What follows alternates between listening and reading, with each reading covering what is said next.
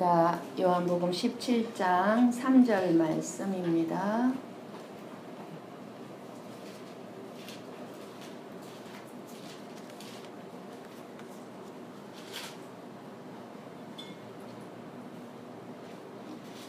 우리가 한 목소리로 보고 읽고 듣도록 합니다.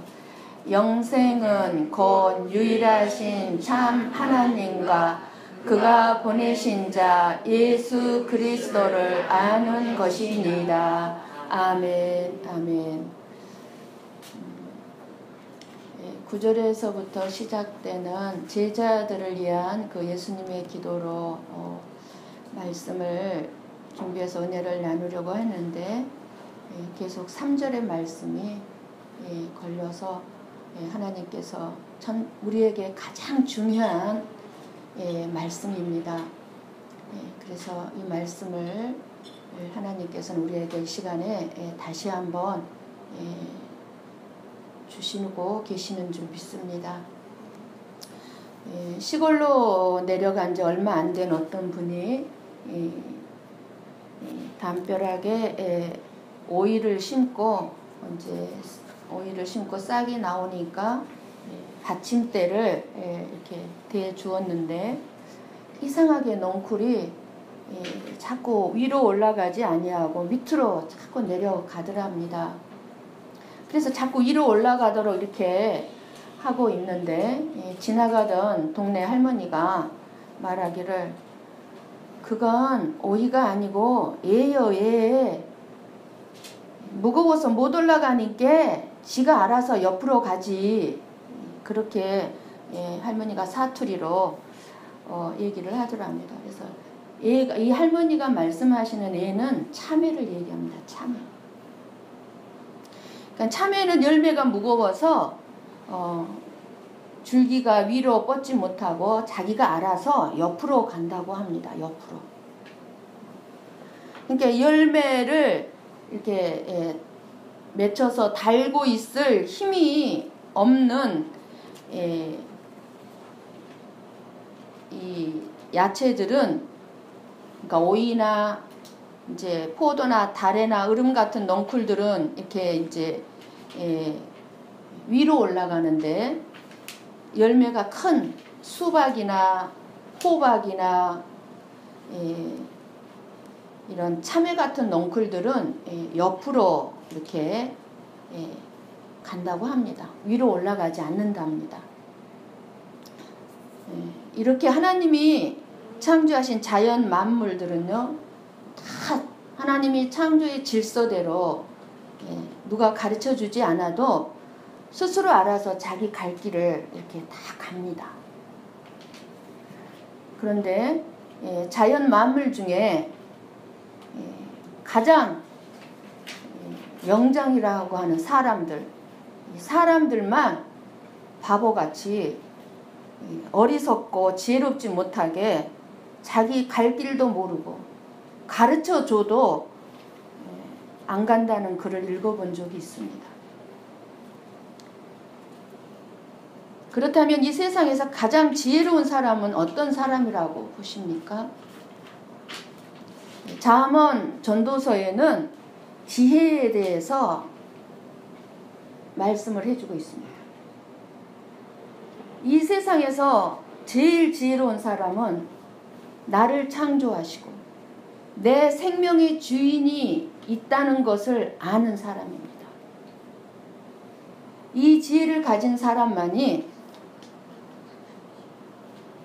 지혜자의 인도를 따라서 지혜롭게 살게 되고, 그 지혜를 가진 사람만이 영원한 생명을 가진 사람으로 이 세상을 살아갈 수가 있습니다. 바울은 에베소서 1장 17절에 말하기를 지혜와 계시의 정신을 너희에게 주사 하나님을 알게 하시고, 이렇게 말씀했습니다. 지혜와 계시의 정신이 우리 속에 들어오지 않으면 우리는 하나님을 알 수가 없습니다. 말씀을 들어도 들려오지를 않습니다. 그저 머리 굴리는 지혜가 아니라 어떻게 하면 이 세상에서 잘 살까 하는 그런 지혜가 아니라 계시가 임하는 지혜입니다. 하나님의 계시. 그래서 영적인 세계는 눈이 있어도 보지 못하고 귀가 있어도 듣지 못하고 마음이 있어도 깨닫지 못하는 것입니다. 그래서 이 영적인 세계를 보는 눈과 영적인 세계에 대한 말씀을 듣는 귀가 복이 있다고 말씀합니다. 복이 있다. 엄마의 뱃속에서 자라고 있는 태아는 이 세상에 대해서 아무것도 모를 것입니다. 그래서 이 세상에 있는 아빠가 아내의 배를 어루만지면서 태아에게 말을 합니다. 그런데 놀라운 것은 이 뱃속의 태아가 밖의 소리를 다 듣는다는 사실입니다. 우리는 옛날에 이 사실을 몰랐어요. 그러나 과학이 발전하고 보니까 뱃속의 태아들이 밖의 소리를 다 듣는다는 것을 알게 됐어요. 그래서 이제 얘기합니다. 콩콩아, 우리 콩콩이 태명이 우리 이경희 권찰님 아기의 태명이 콩콩이에요. 콩콩아, 이제 몇 달 후면 이 세상에 네가 태어날 날을 이 아빠는 기다리고 있단다 하고 합니다. 말을 합니다. 그런데 엄마 뱃속에 있는 이 콩콩이는 그럽니다. 나는 여기가 너무 좋아요. 온도가요 춥지도 않고 덥지도 않아요. 먹을 거 걱정이 없어요. 불편한 게 아무것도 없어요. 엄마의 편안함이 내게 너무 편하고 좋아요. 여기서 나가는 거 싫어요. 할지 몰라요. 그러나 아무리 엄마 뱃속에서 나오기 싫어도 49달이 지나 예정된 시간이 지나면 엄마나 이 태아는 콩콩이는 고통이라는 출산의 과정을 통하여서 나오기 싫은데 나왔다는 표현인지는 모르겠지만 으앙 하면서 울면서 새로운 세상을 보게 됩니다. 그러면 콩콩이는 아름다운 엄마와 사랑이 넘치는 아빠의 사랑스러운 두 눈동자가 자기를 사랑스럽게 내려다보고 있는 것을 보게 될 것입니다. 따뜻하고 사랑스러운 엄마 아빠의 품과 다정하고 그리고 자기를 끝까지 지켜줄 것 같은 아빠에게 안기어서 엄마 뱃속도 좋았는데 이렇게 이 세상에 태어나도 좋구나 하면서 괜히 걱정할 거 없는데 걱정했네 이렇게 생각하면서 콩콩이는 이제 그 이름이 효은이가 되어 행복하고 보람있게 엄마 아빠를 따라서 이제 믿음의 삶을 살면서 나이를 먹어가고 이제 장년이 되어서 이제 이 세상을 떠나야만 하는 죽음을 알게 될 것입니다. 그때 효은이는 엄마 뱃속에서와 같이 이렇게 또 얘기할 것입니다. 나는 죽고 싶지 않아요. 난 여기가 좋아요. 난 엄마 아빠와 그리고 이제 내 자녀들과 내 남편과 여기서 행복하게 살고 싶어요. 이렇게 말할 것입니다. 그러나 죽음은 어김없이 찾아오고 그것은 죽음이 아니라 영원히 사는 것입니다. 효은이의 앞에는 이 세상에서 태어날 때 보았던 엄마 아빠의 사랑스럽고 자비롭고 자애로운 그 아름다운 얼굴이 효은이를 내려다보고 계시는 이제 그 예수님을 만나게 될 것입니다. 효은이는 영원하시고 자비로운 사랑이 넘치는 이제 예수님의 품에 안기게 될 것입니다. 이것이 지혜롭고 복이 있는 인생 전체입니다. 영생입니다. 그렇기 때문에 예수 그리스도 안에서 살다가 예수 그리스도 안에서 죽은 사람은 복이 있다고 합니다. 이 육신의 장막, 이 육신의 장막이 무너지면 손으로 짓지 아니한 영원한 집이 저와 여러분에게 마련되어 있다는 사실입니다. 영생은 곧 유일하신 참 하나님과 그의 보내신 자 예수 그리스도를 아는 것입니다.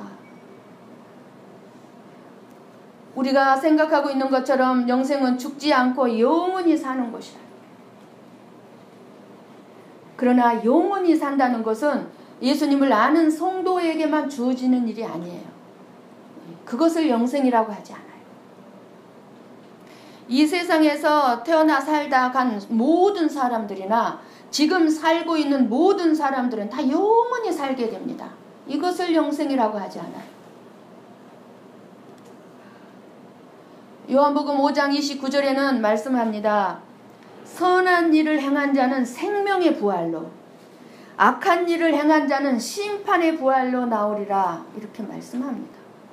여기서 선한 일은 여러분은 너무나 많이 들어서 알아요. 선한 일이 무엇이 선한 일이라고 그랬습니까? 가난한 사람을 도와주는 것이 선한 일이 아니라 예수 그리스도를 믿는 것이 선한 일입니다. 오직 이 세상에서 선한 분은 예수 그리스도 한 분뿐이기 때문에 선하신 분, 그 선하신 예수 그리스도를 믿는 것이 선한 일이에요. 그러니까 선한 일을 행한 자는 생명의 부활로, 그 선이신 예수 그리스도를 믿지 않는 분은 멸망의 부활로 한다는 것입니다. 중요한 것은요, 영원히 사는 것이 중요한 게 아니에요. 어떤 곳에서 내가 영원히 사느냐입니다. 나는 어떤 곳에서 영원히 사느냐.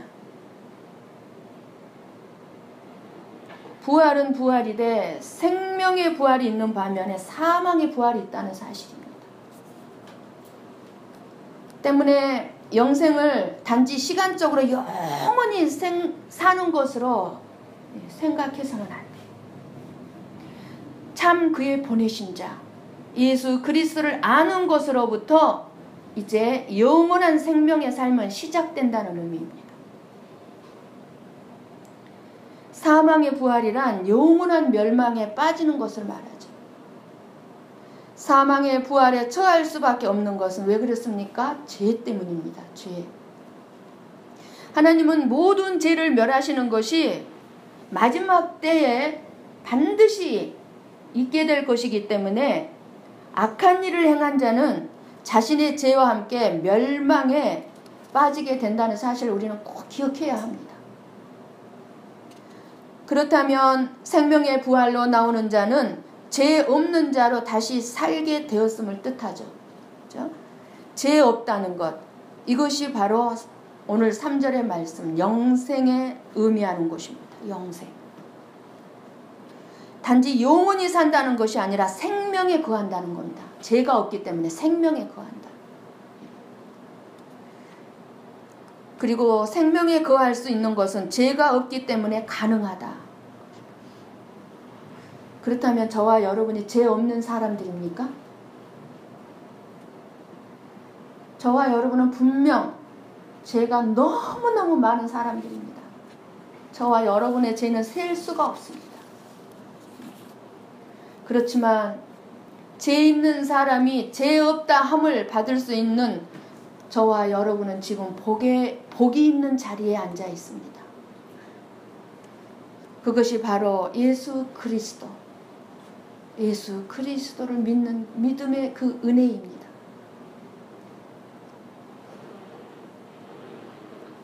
예수님을 알고 예수님을 믿는 것이, 그리고 곧 예수님 안에서 모든 죄가 해결된 것임을 의미하는 것이기 때문에 지금 예수님을 알고 믿는 것이 곧 영생이라는 것입니다.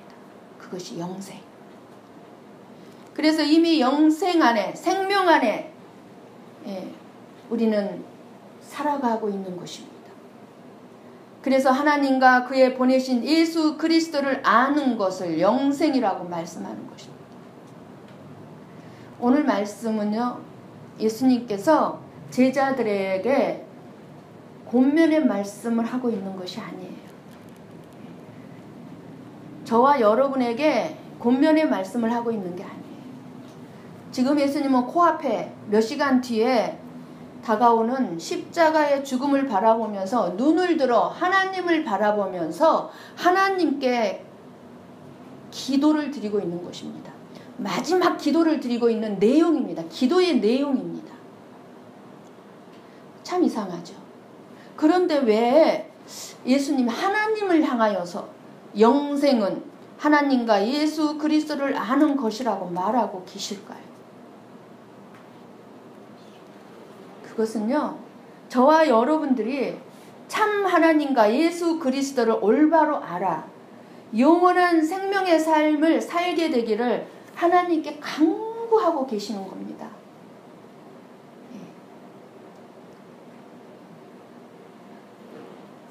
그 기도예요. 그 의미의 기도예요.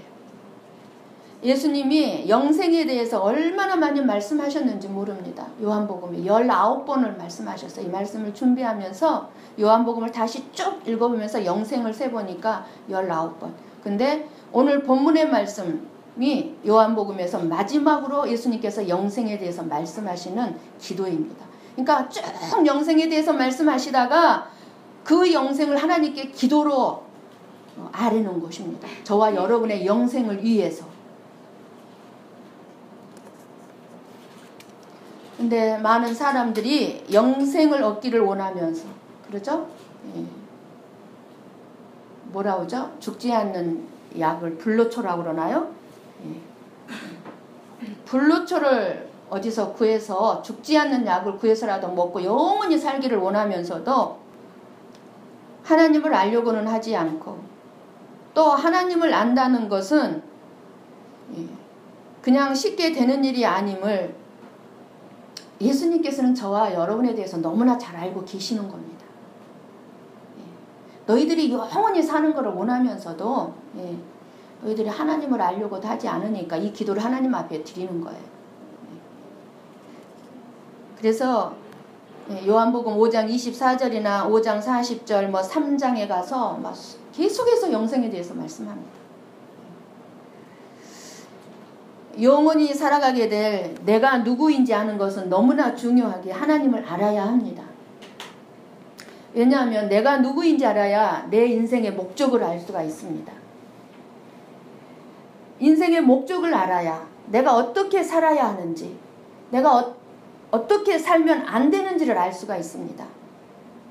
내 인생의 목적을 모르니까 제가 이끄는 대로, 육신이 이끄는 대로 사는 거예요. 우리는 하나님의 영광을 위해서 살아야 한다고 그랬습니다. 그리고 하나님의 영광을 위해서 창조되었다고 그랬습니다. 그렇다면 내가 누구인지 아는 사람은 하나님의 영광을 위해서 살아갈 것입니다. 나를 누가 창조했는지, 내 인생의 주인이 누구인지를 아는 사람. 그런데 내가 누구인지를 아는 것이 이렇게 중요하듯이 참 하나님과 그의 보내신 자 예수 그리스도를 아는 것이 얼마나 중요하겠습니까? 그러니까 참 하나님과 그의 보내신 자 예수 그리스도를 모른다면 나도 모르는 거예요. 내가 누구인지도 모르는 거예요. 내가 이 세상에서 어떻게 살아야 하는지도 모르는 거예요. 내 인생의 목적도 모르는 거예요. 그래서 하나님을 아는 것이 너무 중요합니다. 그래서 여기에 보면 참 하나님이라고 그랬어요. 참 하나님. 왜 참 하나님이라고 그랬어요? 가짜 하나님도 있다는 거예요. 가짜 하나님. 그럼 무엇이 가짜 하나님이에요? 불교가 믿는 신이 가짜 하나님이에요? 일본 땅에 수많은 돌상들, 수많은 우리가 알지 못하는 신들이 가짜 하나님이에요? 아니요. 우리가 잘못 알고 있는 하나님, 내가 생각하는, 내가 만든 하나님이 가짜 하나님이에요. 내가 생각하는 하나님. 하나님은 이런 하나님이실 거야. 하나님은 이런 하나님이실 거야. 저와 여러분은 여러분이 생각하는 하나님이 다 있어요. 그게 다 가짜 하나님. 그런데 많은 사람들이, 아니 교회에 나오는 성도라고 하는 사람들이 가짜 하나님을 섬기고 있는 것을 봅니다. 어떤 사람이요, 창세기부터 요한계시록까지 100번을 읽어서 그 성경 말씀 속에 나와 있는 내용을 달달 외우다시피 안다고 해서 그것이 하나님을 아는 것 아닙니다. 착각하면 안 돼요. 그것은 하나님에 대해서 아는 것입니다. 하나님에 대해서 아는 것. 그것이 바로 바리새인들의 교만이었고 바리새인들의 문제였습니다. 이 바리새인들은 성경 말씀, 모세오경, 구약의 말씀을 너무너무 많이 연구하고 너무너무 읽었습니다. 많이 읽었어요. 그래서 자기들이 어느 누구보다 하나님에 대해서 잘 안다고 자부하고 있었던 사람들이 바리새인들이었어요. 서기관들이었어요. 늘 성경을 연구했으니까. 그런데 예수님은 그 사람들에게 뭐라고 그랬습니까? 너희들은 하나님을 전혀 모르고 있다. 하나님에 대한 지식을 하나님을 아는 것이라고 잘못 이해하게 되면 율법주의 신앙생활을 하게 됩니다. 율법주의. 그래서 그 결과는 심각하다는 것을 알아야 합니다. 내가 성경을 많이 읽고 많이 연구해서 성경을 많이 하니까 내가 하나님에 대해서 많이 알아. 그래서 이 바리새인들이 예수님을 죽였어요. 예수 믿는 사람들을 핍박했어요. 그리고 그 사람들은 하나님을 섬긴다고 하는 것이 어떻게 됐어요? 하나님을 죽인 거예요. 마찬가지예요. 저와 여러분도. 성경 말씀에 대해서 지식이 많아가지고 하나님을 섬긴다는 것이 하나님을 같이 섬기는 다른 성도들을 말로 죽이는 경우가 있어요. 그래서 우리는 그러한 상태로는 절대로 올바른 신앙생활을 할 수가 없습니다. 바리새인들은 성경에 대한 그들의 열심이 얼마나 뛰어났느냐 하면 자기들은 말씀에 의지해서 산다고 자부하고 있었던 사람들이에요. 그래서 예수님도 이 바리새인들이 말하는 것은 인정했습니다. 그래서 바리새인들이 말하는 것은 너희들은 지켜라. 그런데 바리새인들의 행동은 본받지 말아라. 그랬어요. 바리새인들이 말을 하는 것은 너희들은 지키되 그들이 행동하는 것은 제발 본받지 말아라. 마태복음 23장 3절에 그 말씀하셨어요. 무엇이 문제입니까? 구약성경, 모세오경을 다 암송했습니다. 하나도 빠뜨리지 않아요. 다 암송했으면서도 그것이 하나님을 진정 아는 것이 아니었습니다. 하나님을 아는 것이 아니었어요. 그것은 그저 하나님에 대한 지식에 불과했습니다. 지식. 여러분 그래서 잘 들으십시오. 하나님의 말씀을. 지식으로 들으시면 안 돼요. 지혜는요. 무엇이 지혜입니까? 하나님을 아는 지식. 하나님을 아는 지식을 사용하는 능력이 지혜입니다. 그러니까 내가 알고 있는 하나님에 대한 지식을 사용하려면 먼저 많은 지식을 가지고 있어야 되겠죠. 지식이 있어야 되죠. 이거를 사용하려면. 그러면 지식이 있으려면 어떻게 해요? 그래서 여러분들은 성경 공부를 하셔야 되고 예배 때마다 하나님의 말씀을 들어야 되고 여러분의 집에서 성경 말씀을 읽어야 되고 연구해야 되고 공부해야 됩니다. 그래서 그 지식이 깊어지면 어떻게 돼요? 이 지식을 잘 사용하는 지혜를 얻을 수 있습니다. 지혜가 됩니다. 호세아서가 이렇게 호소를 했습니다. 내 백성이 지식이 없으므로 망하는도다. 호세아서 4장 6절에 내 백성이 지식이 없으므로 망하다. 우리가 하나님을 아는 지식이 없어서 우리들이 망한다는 거예요. 기생 라합은요. 비록 기생이었지만 하나님에 대한 지식을 소유한 여인이었습니다. 하나님에 대한 지식이 있었어요. 라합은 자기가 듣고 하나님에 대한 지식을 잘 사용함으로써 생명을 건질 수가 있었어요. 하나님을 만나는 여자가 아니에요. 하나님을 아는 여자가 아니에요. 하나님에 대해서 들었어요. 이스라엘 민족에게 하나님 어떻게 행했는가를 들었어요. 그것이 지식이었어요. 그래서 그 라합은 그 하나님을 아는 지식을 가지고 정탐꾼을 감추어줬어요. 정탐꾼을 감추어주고 그들에게 필요한 정보를 제공해줘. 도망갈 수 있는 정보를 제공해줬어요. 그 결과 라합은 자기 자신뿐만 아니라 자기 가족이 전부가 다 생명을 건지는 선물을 받았습니다. 이렇게 우리가 하나님을 아는 지식이 중요해요. 지식으로만 끝나는 것이 아니고 그 지식을 넘어 지혜까지 나아가요. 그래서 지식으로 멈추면 다른 사람을 찔러 죽이지만 지혜로 나아가면 다른 사람을 살립니다.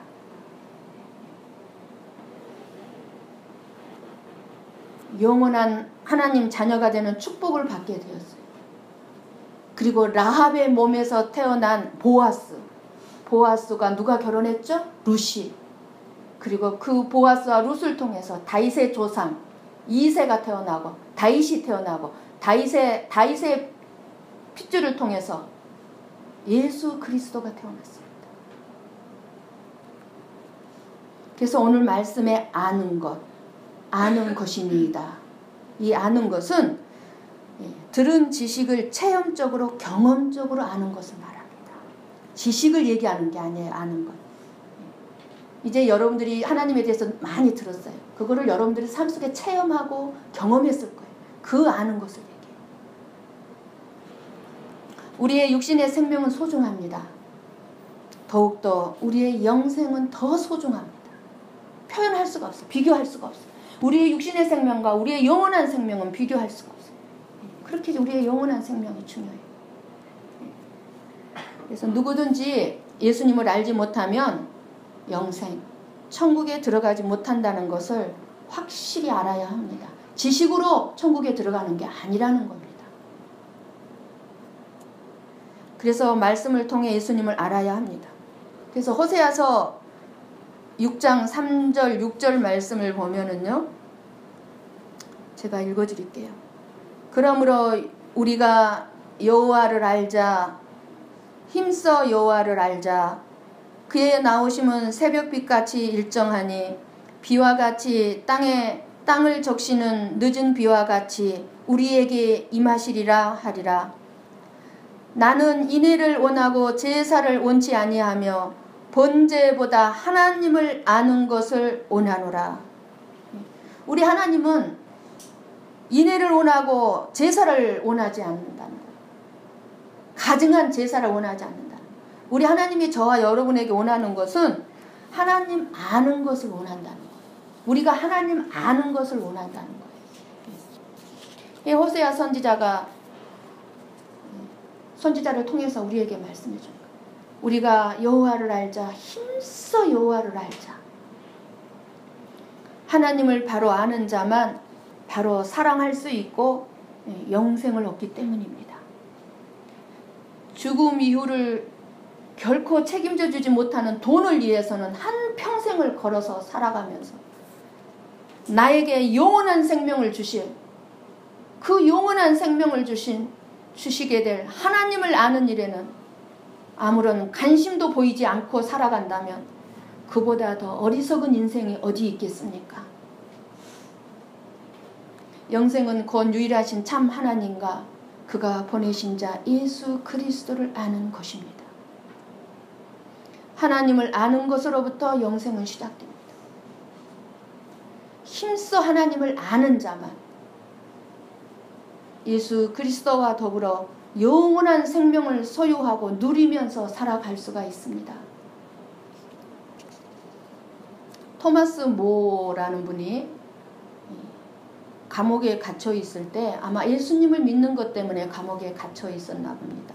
감옥에 갇혀 있을 때 그의 아내와 자식들이 면회를 가가지고 늘 이 토마스 모에게 왕에게 항복하라고 남편을 졸라댔답니다.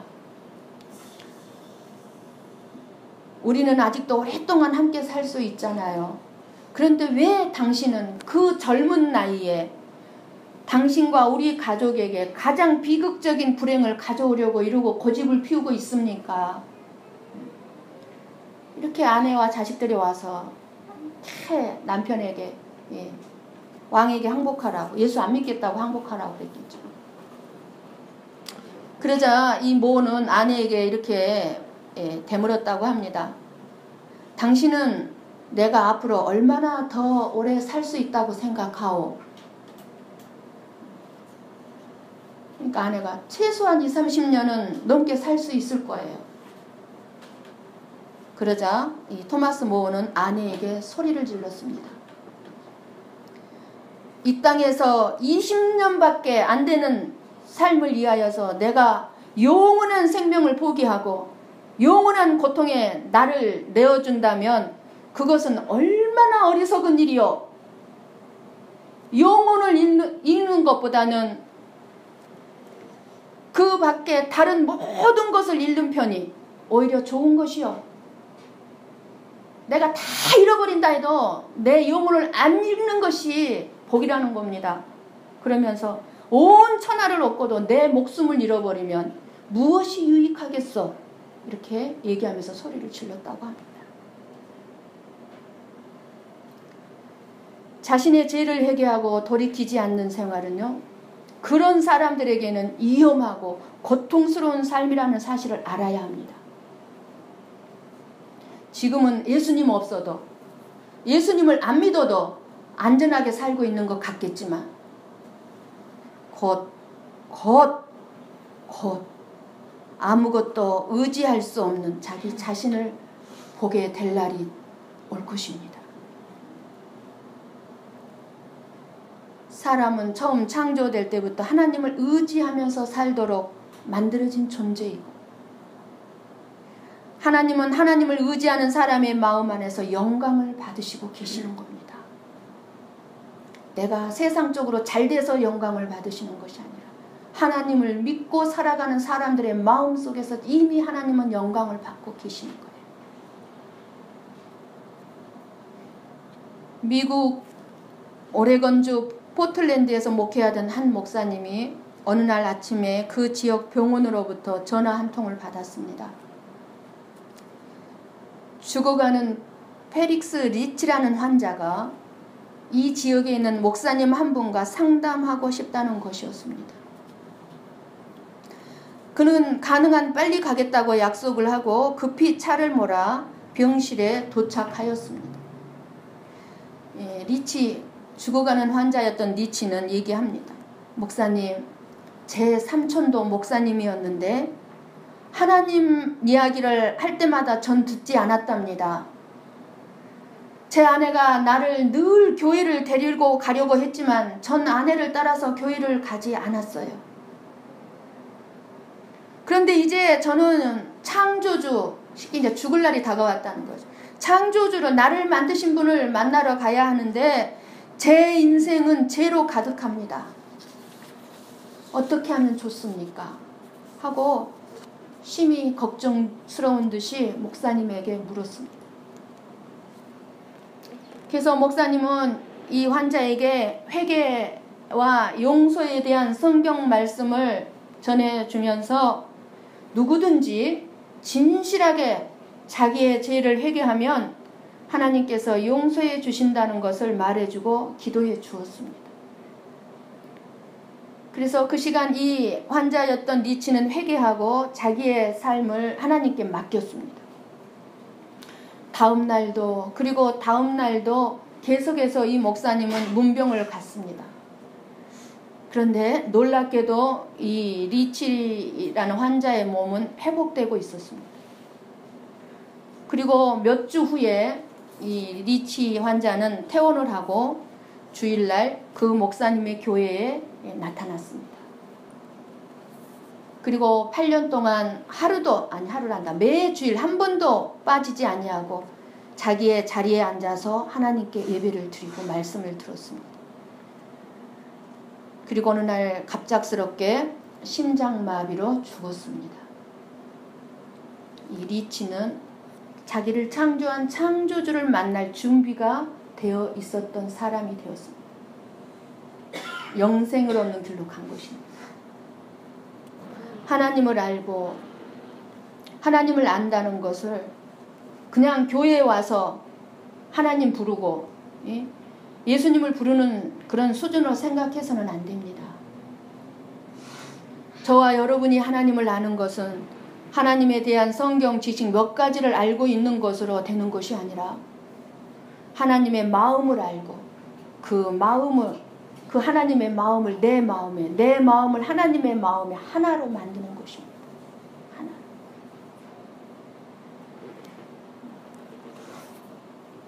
그래서 예수님을 믿는 사람은 영원히 사는 법을 알고 있습니다. 예수님은 생명이시기에 예수님을 믿고 예수님 안에 거하는 사람에게는 영생이 있습니다. 우리 요한복음 6장 68절을 읽고 마치도록 합니다. 요한복음 6장 앞으로 가십시오.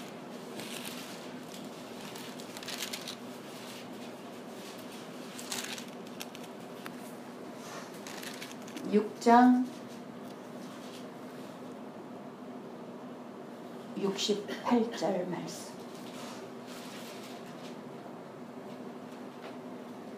여러분들이 성경 말씀을 펴시고 같이 봅니다. 같이 보고 읽어 듣습니다. 자, 시작. 시몬 베드로가 대답하되 주여 영생의 말씀이 주께 있사오니 우리가 누구에게로 가오리이까. 아멘. 아멘. 여러분 어디로 가시겠습니까? 영생의 말씀 있는 대로 여러분은 나오신 줄 믿습니다. 여러분 진실로 영원히 사는 것을 믿습니까? 예, 영생을 믿습니까? 그렇다면 영생에 합당한 삶을 살아가시기를 바랍니다.